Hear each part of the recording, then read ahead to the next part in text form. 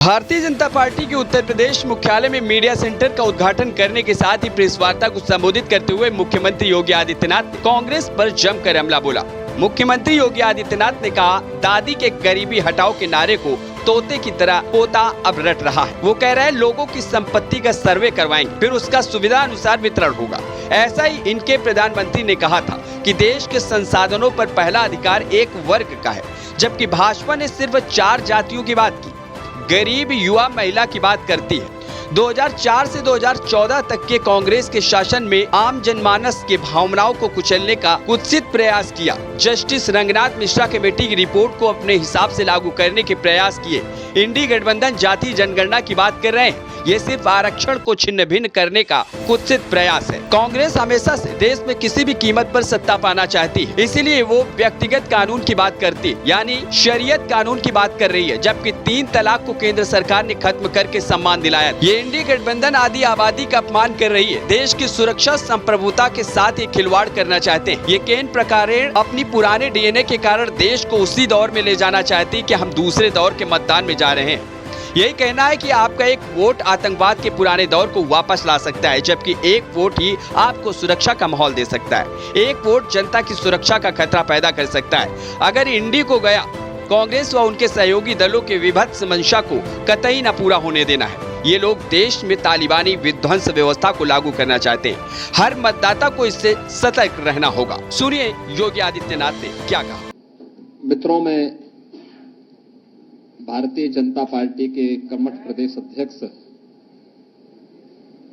माननीय भूपेंद्र चौधरी जी,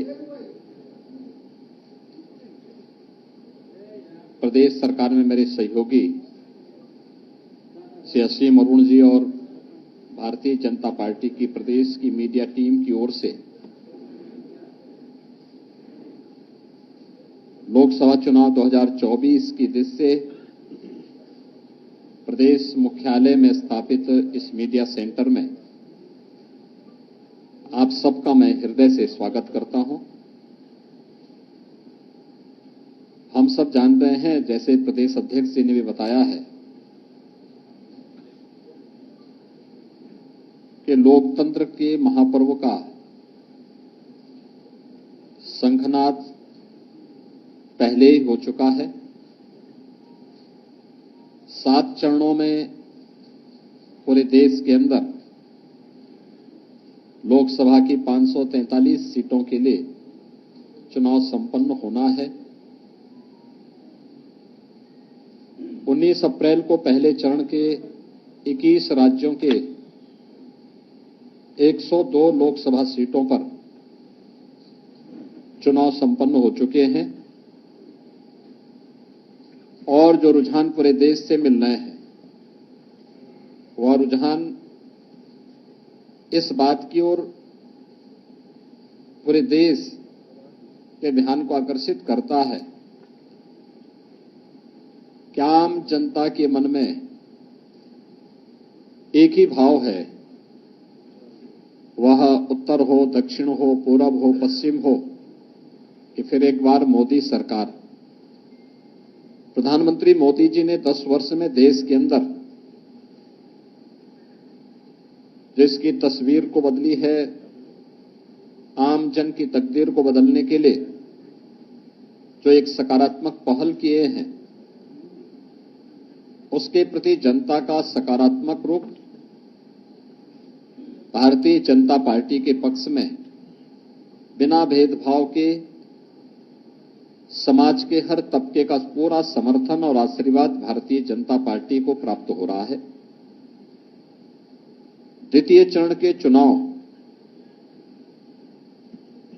26 अप्रैल को होने जा रहा है और द्वितीय चरण में 13 राज्यों की 89 सीट्स पे चुनाव होने हैं, जिसमें अभी सूरत की एक सीट पर भारतीय जनता पार्टी के प्रत्याशी निर्विरोध भी एक सीट पर अभी हो चुके हैं। चुनाव इस बात की ओर ध्यान आकर्षित कर रहा है कि संभवतः पहला चुनाव देश का होगा। 18वीं लोकसभा का चुनाव है और अब तक के पहला चुनाव होगा जिसके परिणाम के बारे में पूरा देश आश्वस्त है। आश्वस्ति का भाव इस देश से, क्योंकि मोदी जी ने पिछले 10 वर्ष में देश के अंदर पॉलिटिक्स ऑफ परफॉर्मेंस पर ध्यान देकर के पूरी जवाबदेही के साथ हर एक मोर्चे पर सर्वांगीण विकास के जिन लक्ष्यों को प्राप्त करने की दिशा में प्रयास प्रारंभ किए हैं, आज देश उसका लाभ प्राप्त कर रहा है। यह हर एक क्षेत्र में वैश्विक मंच पर भारत की प्रतिष्ठा का, 140 करोड़ भारतीयों के सम्मान का मामला हो, भारत की सुरक्षा को सुदृढ़ करने का हो, भारत की आंतरिक सुरक्षा, आतंकवाद, नक्सलवाद की समस्या को समाधान के लक्ष्य तक ले जाने का हो, या फिर देश के अंदर वर्ल्ड क्लास इंफ्रास्ट्रक्चर उपलब्ध करवाने का, highway, railway, metro, expressways, IIT, IIM, world class universities, one district one medical college, हर घर नल की योजना, ये सभी कार्य पूरे देश के अंदर, ट्रिपल आईटी, एनआईटी, ये एक लंबी श्रृंखला है इनकी, जो प्रधानमंत्री मोदी जी के नेतृत्व में भारत ने पहली बार गवर्नमेंट परफॉर्मेंस के आधार पर भी कार्य कर सकती है और उस आधार पर जनता जनार्दन के बीच में जा सकती है, यह पहली बार देखने को प्राप्त हुआ है। देश के अंदर गरीब कल्याणकारी योजनाओं का लाभ भी बिना भेदभाव के 140 करोड़ लोगों को प्राप्त हो सकता हो, यह भी देश पहली बार देख रहा है। 80 करोड़ गरीबों को 4 वर्ष से लगातार राशन की सुविधा का लाभ फ्री में उपलब्ध होना, 60 करोड़ लोगों को देश के अंदर 5 लाख रुपए की स्वास्थ्य बीमा का कवर प्राप्त हो जाना, 50 करोड़ लोगों को जनधन अकाउंट खोल करके सरकार की धनराशि उन सभी लोगों तक सीधे डीबीटी के माध्यम से उपलब्ध करवाने का कार्य हो, 12 करोड़ किसानों को प्रधानमंत्री किसान सम्मान निधि का लाभ हो, या फिर 12 करोड़ घरों में शौचालय बनाने का काम हो, 10 करोड़ घरों में उज्ज्वला योजना के रसोई गैस के सिलेंडर उपलब्ध करवाने के कार्य हो, 4 करोड़ गरीबों के लिए मकान बनाने के कार्य हो, या 2.5 करोड़ गरीबों को एक बिजली के फ्री में कनेक्शन उपलब्ध करवाने के कार्य हो। पहली बार वास्तव में देखा है लोगों ने कि योजना का लाभ बिना भेदभाव के हर तबके को कैसे प्राप्त हो सकता है। जो नारा मोदी जी ने 2014 में दिया था, सबका साथ और सबका विकास का, वह जमीनी धरातल पर कैसे हकीकत में बदला है, यह भी पूरा देश देख रहा है और हर तबके के मन में इन सभी योजनाओं को लेकर के भारी उत्साह है। महत्वपूर्ण यह है कि जब हम लोकसभा चुनाव लड़ रहे हैं, तो लोकसभा चुनाव के दौरान एक तरफ भारतीय जनता पार्टी ने अपना संकल्प पत्र जारी किया था और संकल्प पत्र की एक प्रति के साथ पिछली बार मैं भी आपके बीच में यहां पे आया था। भारतीय जनता पार्टी ने पहले चरण के मतदान के पहले अपना संकल्प पत्र जनता जनार्दन के सामने प्रस्तुत कर दिया था। कांग्रेस ने भी अपना घोषणा पत्र जारी किया है। इंडी गठबंधन के अलग अलग दल भी अपने अपने घोषणा पत्र जारी किए हैं। मित्रों, इंडी गठबंधन और खासतौर पर कांग्रेस और उनके सहयोगी दलों के जो घोषणा पत्र हैं, घोषणा पत्र के विभिन्न प्रावधानों के खतरनाक इरादों की तरफ ही ध्यान आकर्षित करने के लिए आज हम सब जनता जनार्दन का ध्यान आकर्षित करना चाहते हैं। जनता जनार्दन का ध्यान, और खासतौर पर इन मुद्दों को लेकर के एक तरफ 1970 के दशक में तत्कालीन प्रधानमंत्री श्रीमती इंदिरा गांधी जी ने देश को गरीबी हटाओ का नारा दिया था। गरीबी नहीं हट पाई क्योंकि इस प्रकार के कार्यक्रम नहीं थे। उनके 19 सूत्री 20 सूत्री कार्यक्रम बनते थे, लेकिन वे फाइलों तक कैद होकर के रह जाते थे। शासन स्तर पर अगर किसी गरीब के लिए योजना का लाभ भी देने की बात होती थी तो कमीशन खोरी की भेड़ चढ़ जाती थी। योजना का लाभ चेहरा देख करके देने की जो प्रवृत्ति कांग्रेस ने उस समय प्रदान की थी, कमोवेश वही स्थिति हम लोगों को यूपीए सरकार के सामने और विभत्स रूप में देखने को मिला। आज का जो कांग्रेस इंडी गठबंधन से जुड़े हुए सहयोगी दलों के जो घोषणा पत्र जारी हुए हैं, उस घोषणा पत्र को देख करके हम कह सकते हैं, एक तरफ अपनी गरीब कल्याणकारी योजनाओं को लेकर के प्रधानमंत्री मोदी जी ने बिना भेदभाव के देश के अंदर हर तबके के लोगों के कल्याण के लिए, उनके उत्थान के लिए कार्य किया और 10 वर्ष में 25 करोड़ गरीबों को गरीबी रेखा से उभार करके उन्हें खुशहाल जीवन जीने के लिए आगे बढ़ाने में मदद की।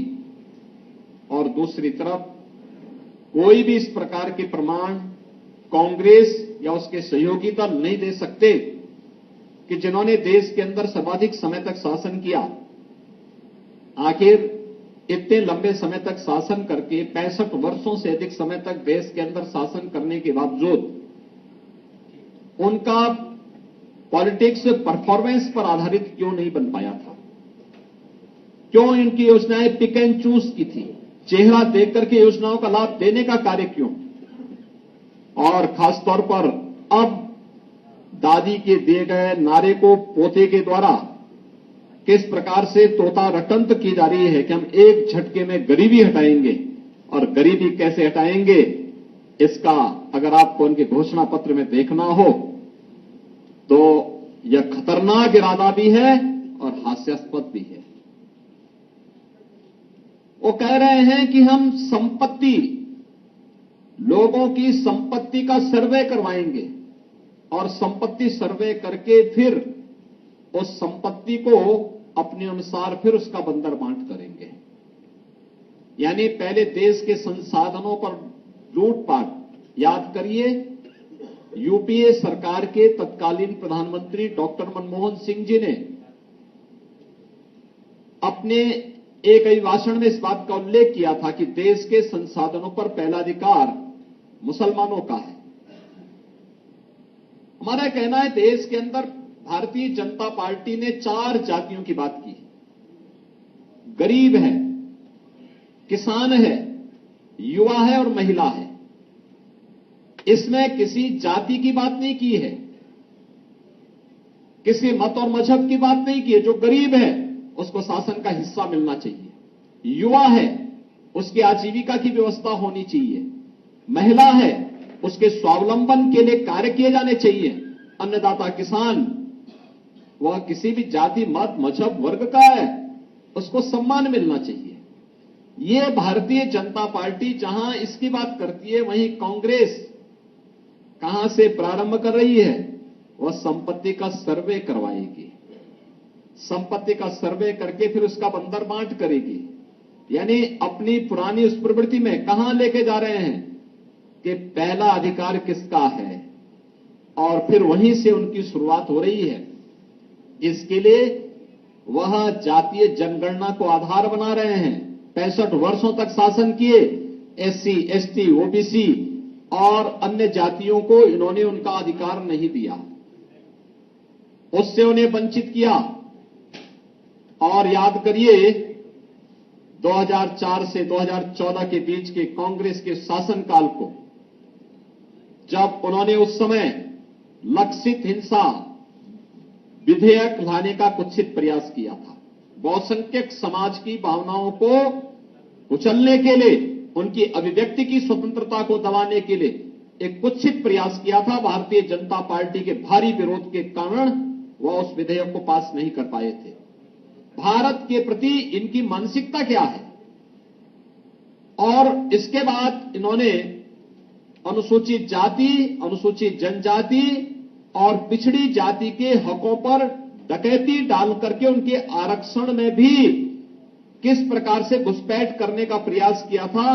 इसके लिए रंगनाथ मिश्रा, जस्टिस रंगनाथ मिश्रा, जो पहले सीजीआई थे, चीफ जस्टिस ऑफ इंडिया थे, बाद में कांग्रेस के सांसद बने, उनकी अध्यक्षता में जो कमेटी बनाई गई, उस कमेटी की सिफारिश कांग्रेस की मंशा के अनुरूप देश के अंदर लागू करने के कुत्सित प्रयास हुए थे, जिसमें एससी, एसटी और ओबीसी के आरक्षण के अधिकार को जबरन कुछ वर्ग विशेष को देने के कुत्सित प्रयास इन्होंने उस समय प्रारंभ किए थे।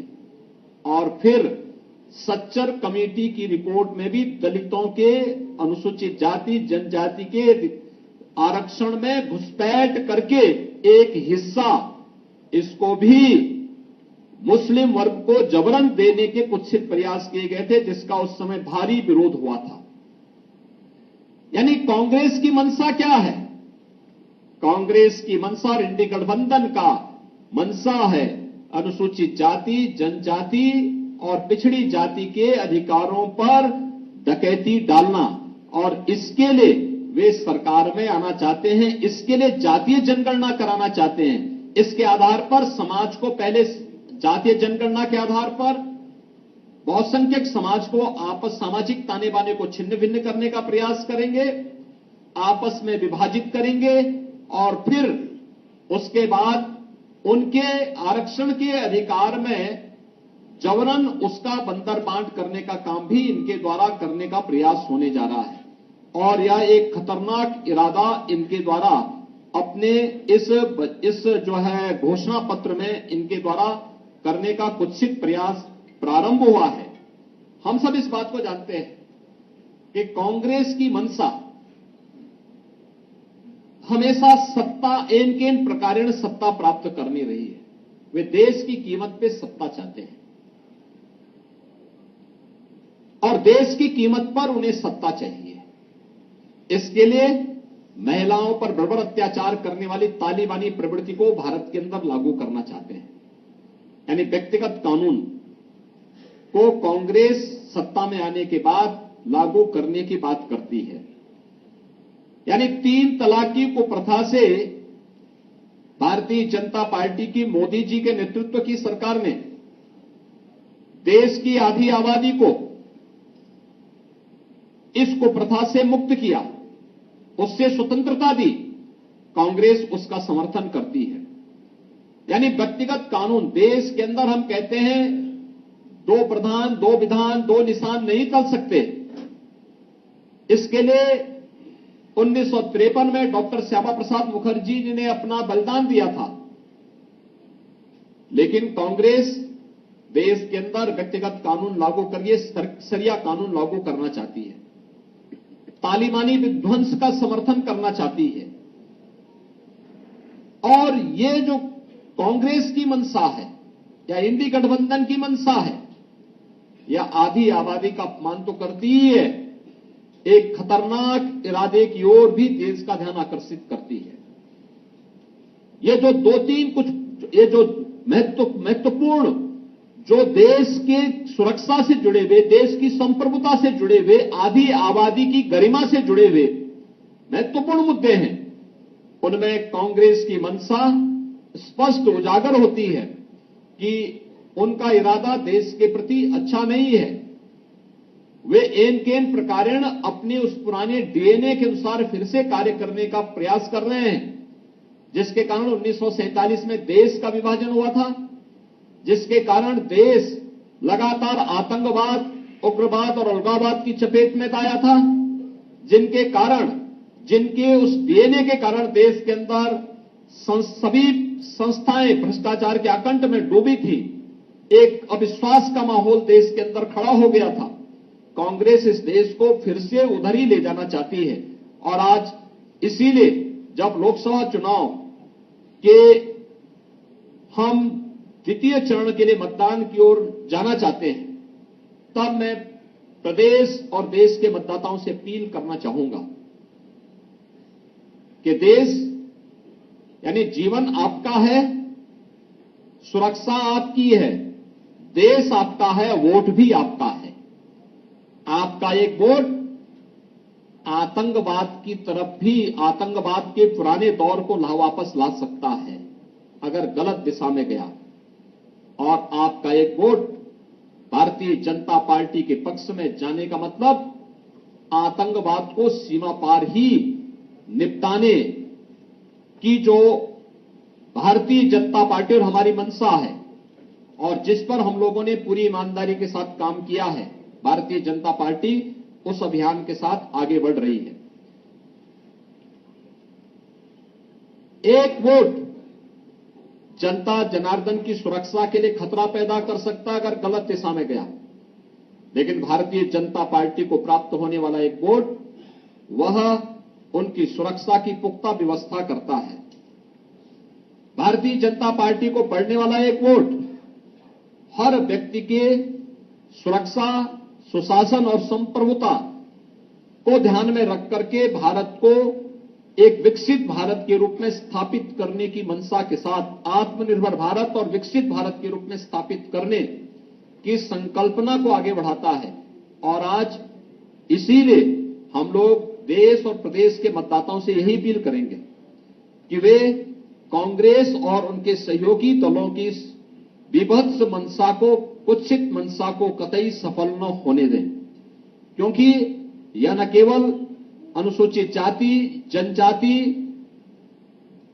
पिछड़ी जाति के हकों पर डकैती डालने का कुत्सित प्रयास है, बल्कि आधी आबादी को तालिबानी शिकंजे में धकेलने की भी कुत्सित मंशा के साथ ये लोग कार्य करके देश के अंदर तालिबानी विध्वंस को आमंत्रित करने, आतंकवाद को अपने राजनीतिक स्वार्थ के लिए देश के अंदर हावी करने और देश के संसाधनों पर जो डॉक्टर मनमोहन सिंह जी के वक्तव्य रहा है, उस वक्तव्य के अनुरूप देश के अंदर देश के संसाधनों पर एक वर्ग विशेष को हावी करने की कुत्सित मंशा के साथ कांग्रेस कार्य करना चाहती है, जिसको हर मतदाता को जिसके प्रति सतर्क और सावधान रह करके किसी भी प्रकार के उस दुष्प्रवृत्ति को नहीं पनपने देना चाहिए जो समाज में वैमनस्यता पैदा करे, राष्ट्रीय एकता और अखंडता को चुनौती देने वाला बनता हो,